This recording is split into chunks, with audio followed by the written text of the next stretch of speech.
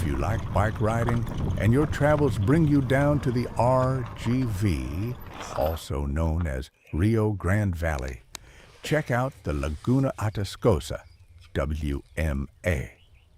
The only people allowed to use vehicles on these roads are the few that work there. Even though the roads are closed off with gates, they do have a path that you can walk around the gates, and they allow bikes to access the preserve. There is lots of wildlife to view. Here we have 2 javelina grazing on the side of the road. Lots of roads to travel on. Today's journey was a 20-miler. I saw a bunch of wildlife and really enjoyed myself. And you too can enjoy this. Annual pass is only $10.